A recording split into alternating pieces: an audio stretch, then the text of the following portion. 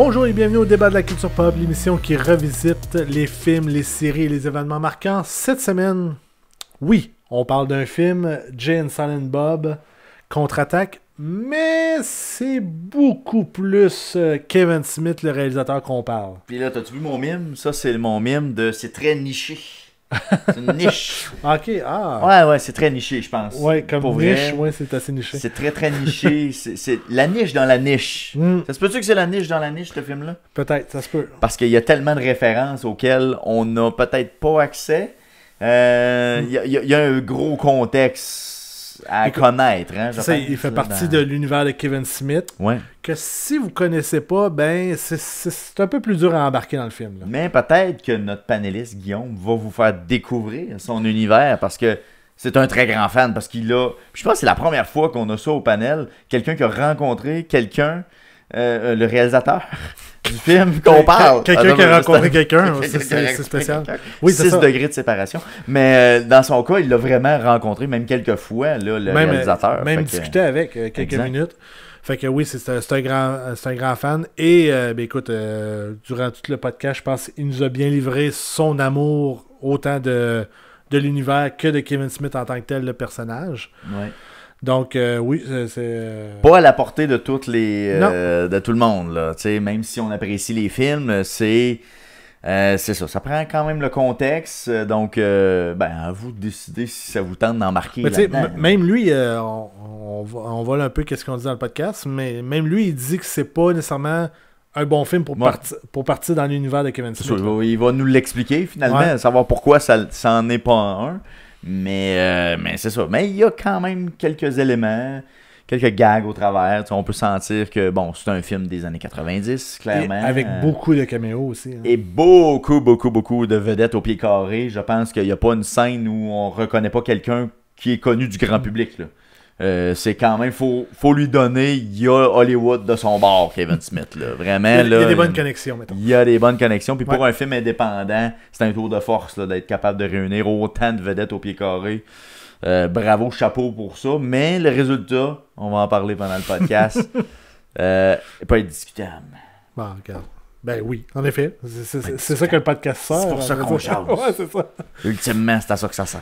Mais dis-moi, Vince, le podcast est disponible sur plusieurs plateformes. L'idée, c'est que tu peux l'écouter à l'audio.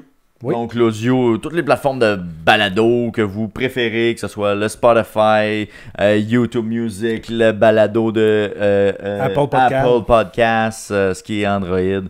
On est là-dessus. Le visuel, on est à la TVCBF, on est à MaTV sur un paquet de plateformes à MaTV en plus. Hein, faut quand même le dire, provincialement parlant. Oui. On est assez bien répartis, donc merci de nous suivre. Mais également la version longue, si vous aimez la version à la télé, vous pouvez aller voir la version longue qui est sur YouTube aussi, qui est la même version, mais intégrale cette fois-ci sur YouTube. Alors, on vous invite à aller voir ça. Et évidemment aussi, on boit de la bière pendant notre podcast, hein, mais on voudrait quand même aussi prendre le temps de remercier notre commanditaire là, qui est Wick Station, qui nous fournit les bières qu'on consomme et qu'on déguste pendant le podcast. Donc, on les remercie chaleureusement de leur contribution. C'est vraiment très apprécié. Ça agrémente excessivement bien le podcast. Et sur ces belles paroles, nous nous lançons dans le monde de Kevin Smith avec Jay et Silent Bob Contre-attaque.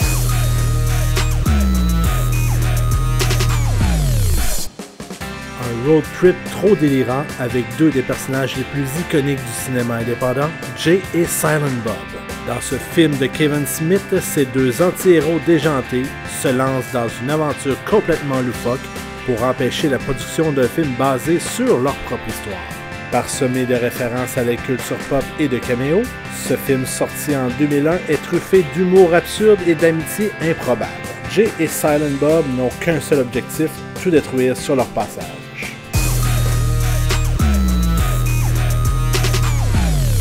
Eh bien, les gars, merci beaucoup de venir au podcast ce soir pour parler de Jay and Silent Bob Contre-attaque. En début de choses, est-ce que tu l'avais regardé à l'époque, toi? Ouais. Ouais, j'avais vu ce film-là. En 2001. Il y a bien longtemps. Quand on était des jeunes ados, dans le fond. Là. Ouais, c'était pas mal, là. Toi, tu l'avais-tu écouté à l'époque aussi? Ben, en fait, non. Moi, je l'ai découvert quelques années après. Je dirais peut-être en 2004 ou en 2005, là. OK.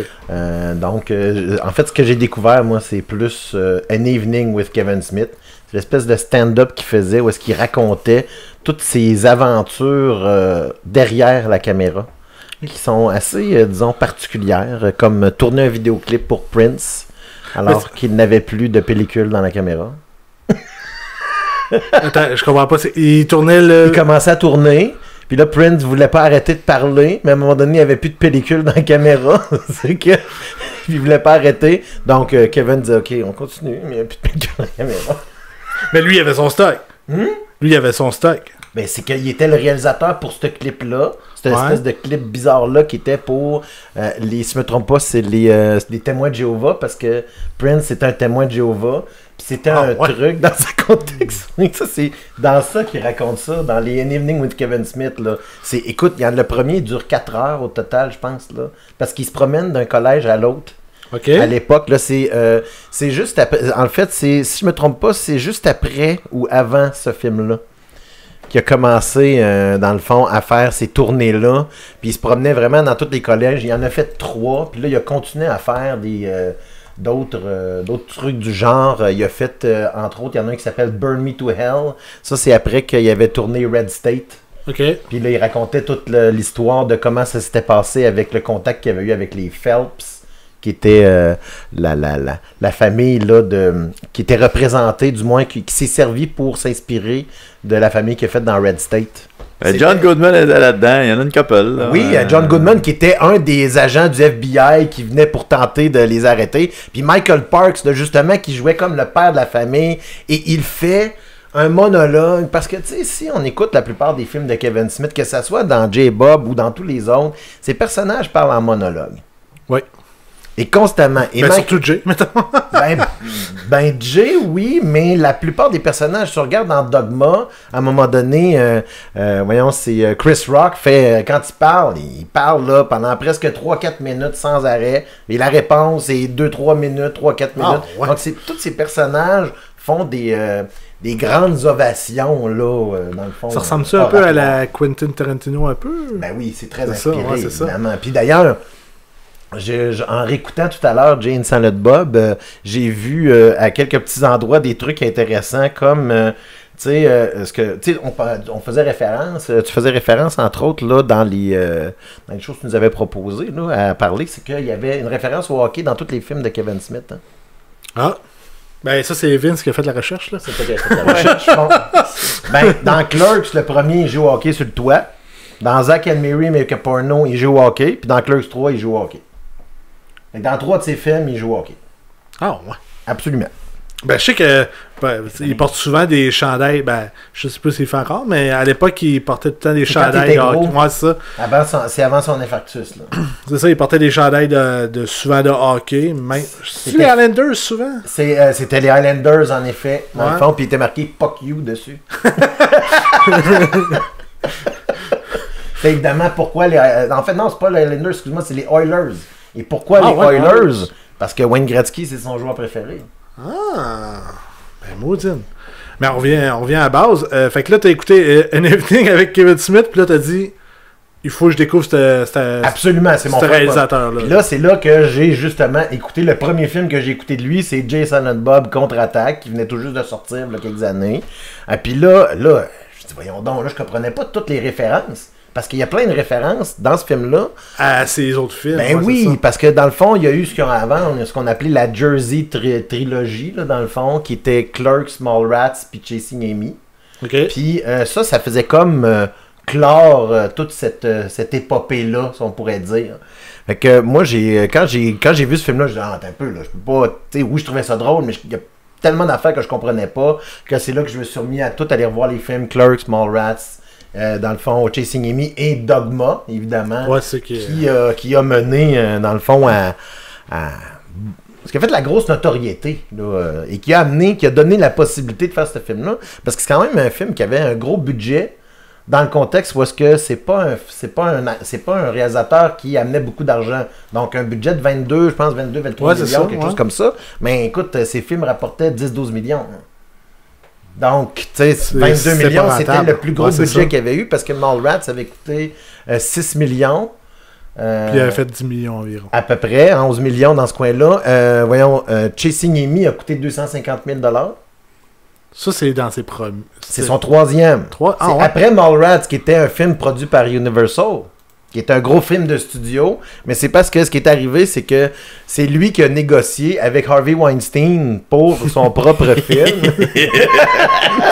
Qu'est-ce qu'il a négocié? J'aimerais bien savoir. Et là, il a dit, dans le fond, c'est là qu'il a dit, ben là, écoute, Harvey Weinstein, ben là, il dit, t'es capable de faire un film, là, pour, tu en as fait un pour 6 millions, un petit film de même, t'es capable de faire ça pour 500 000.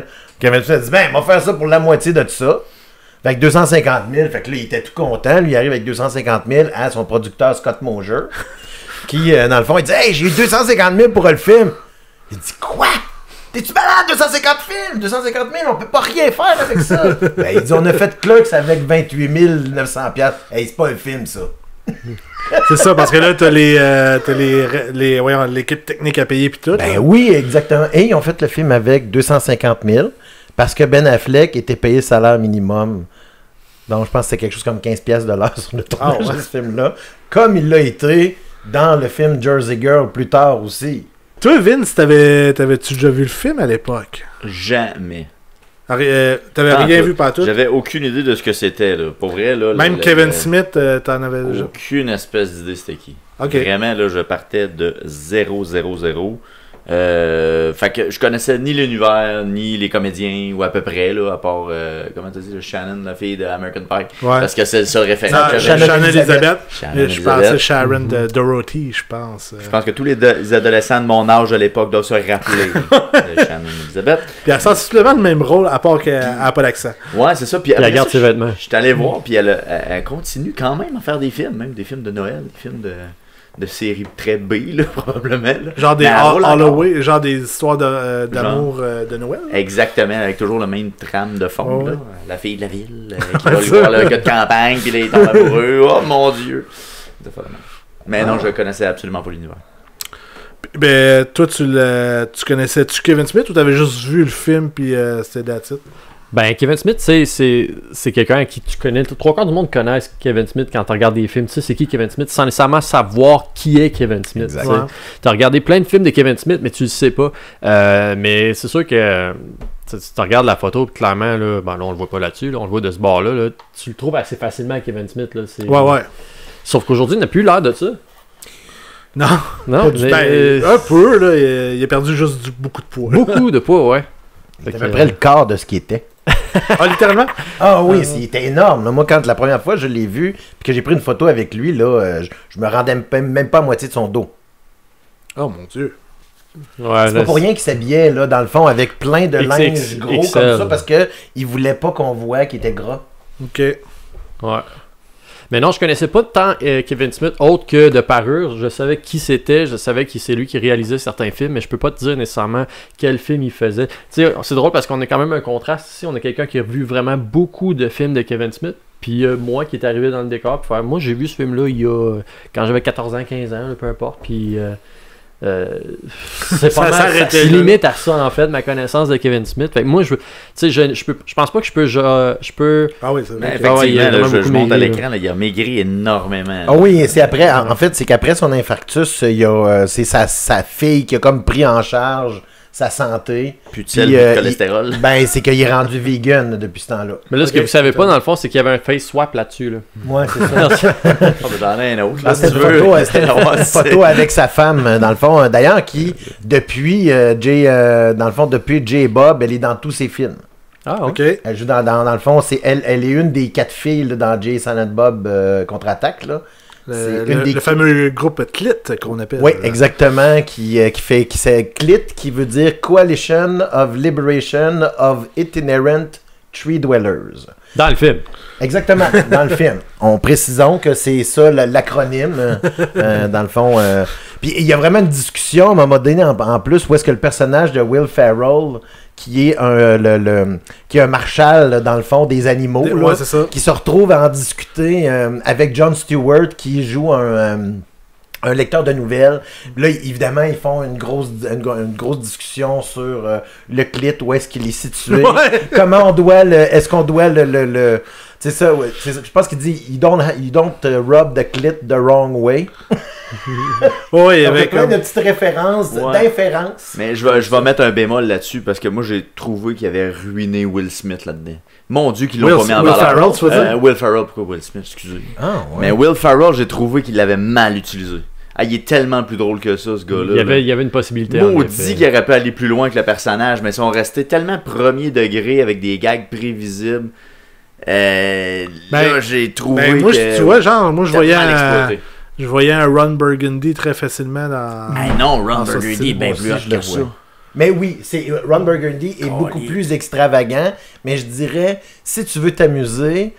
écoute essaie de trouver toutes les scènes extra puis les outtakes qu'il y a parce que Will Ferrell fait de l'improvisation et Kevin Smith déteste ça. OK. Et là, que c'est toutes des séquences qui n'ont pas été enregistrées, mais dans le fond, c'est à un moment donné où est-ce qu'il est avec Jason Lee, puis ils sont comme parce que là, il s'est fait tirer un tranquillisant dans la fesse, puis il est pas capable de se lever tout seul. Okay. C'est Jason Lee qui le tient.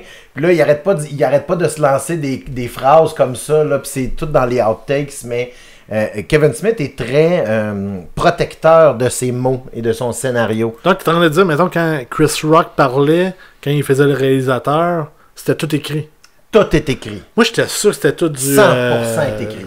Il n'y a aucune improvisation. Le seul qui s'est toujours essayé à faire de l'improvisation dans ses films, c'est Ben Affleck, puis il s'est toujours battu, dans le fond, pour qu'il arrête de faire ça. Parce que dans le fond, parce que Kevin Smith, c'est un dialoguiste. Donc, lui, là...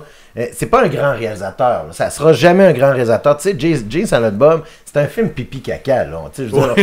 On va pas aller plus loin que ça. Par contre, si on va chercher le deuxième degré qui est en arrière de tout ça, c'est que c'est une critique sociale envers Hollywood.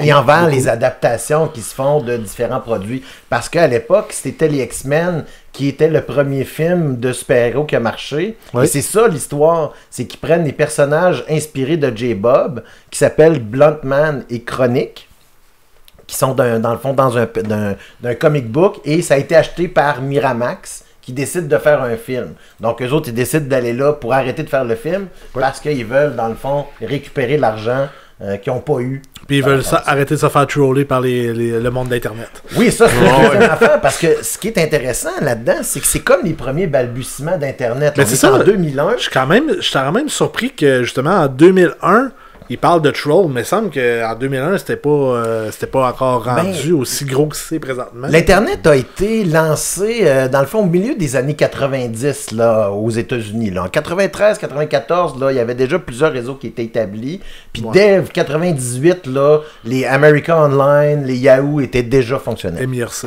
Exactement.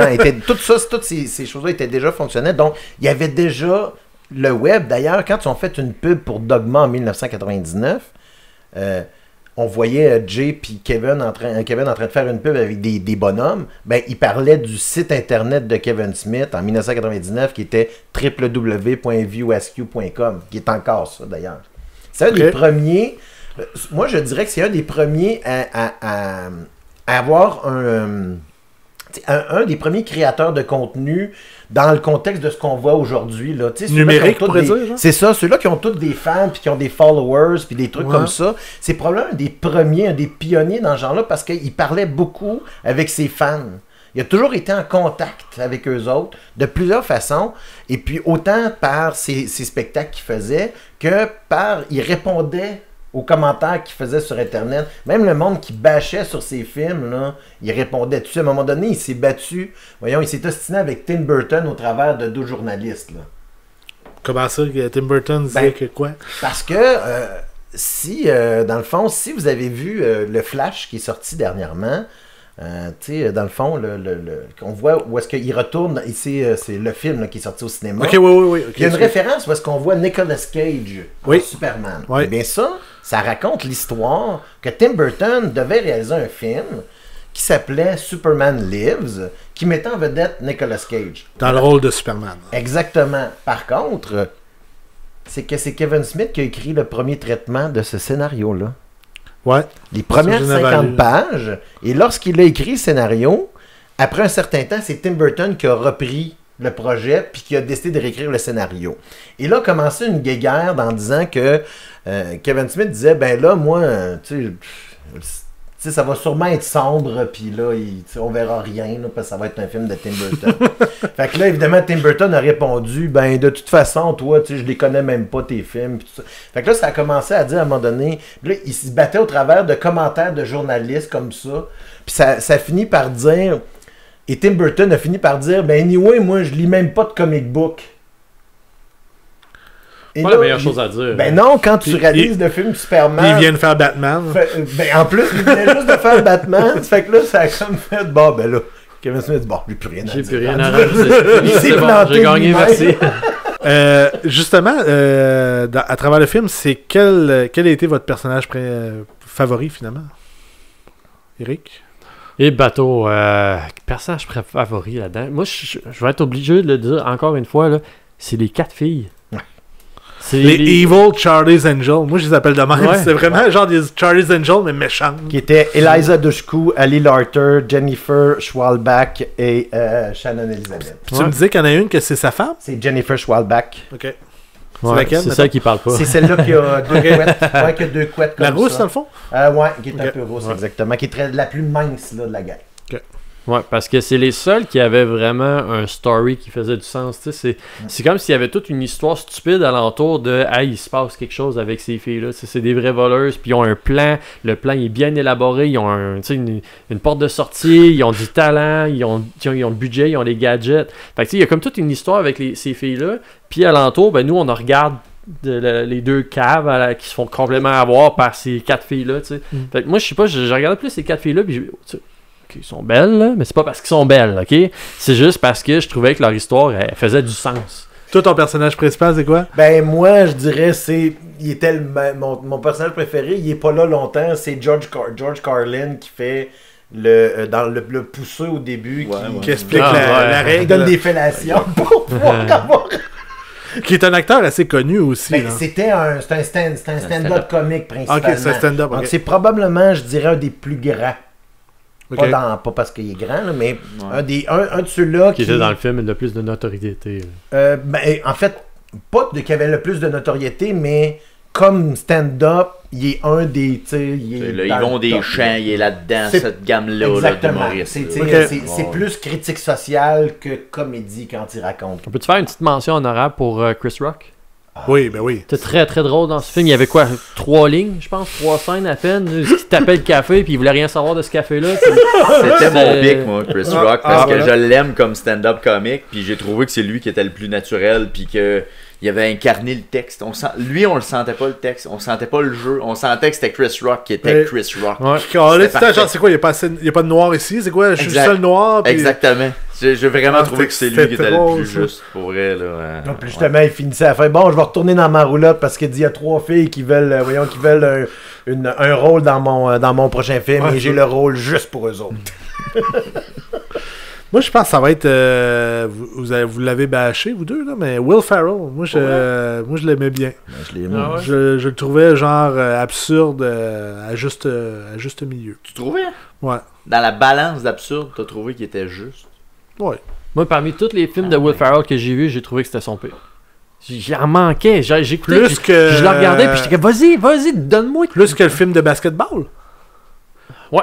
Moi, j'ai aimé toutes les petites séquences qu'il a faites. C'est juste au début quand il arrive avec sa mobilette puis c'est même pas Oui. parqué. Puis que- C'était la seule. Justement, la première séquence. Le gars, il arrive pas à breaker. Il fonce dans le char. C'est là que je me suis dit, oh my god, ça va être bon. Ça va être bon. Ça Puis va là, je partir. m'attendais à de quoi tellement bon. Puis finalement, ça a été Là, il ordinaire. arrive, Ça n'a là, pas été tu- Avec mauvais. sa patch. Ben oui, puis Ouais. là, ben là, c'est quand ils sont avec justement le Judd Nelson qui joue le shérif. Judd Nelson, vous savez c'est qui? C'est lui qui jouait dans voyons. Judd Nelson, c'est dans voyons, Colin. Dans Breakfast Club, c'est lui qui joue le bum là. Ah ouais. Bon, mais c'est lui qui joue le shérif, là, qui est avec, là, quand ils vont l'arrêter avec le Au chimpanzé. Colorado, là. Exactement, c'est John Nelson qui joue ce personnage-là.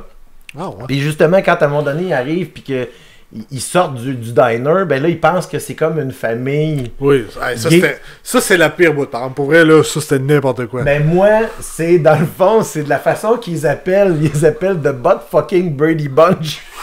À cause que c'est deux, c'est un couple gay, mais encore là, on sait que c'est des répliques qui passeraient peut-être moins aujourd'hui, mais je trouvais que c'était fichement drôle dans ce contexte-là. Là. J'ai pas mal une idée de vos réponses, mais est-ce que vous conseilleriez le film Conseillerie. Merci beaucoup. Le film.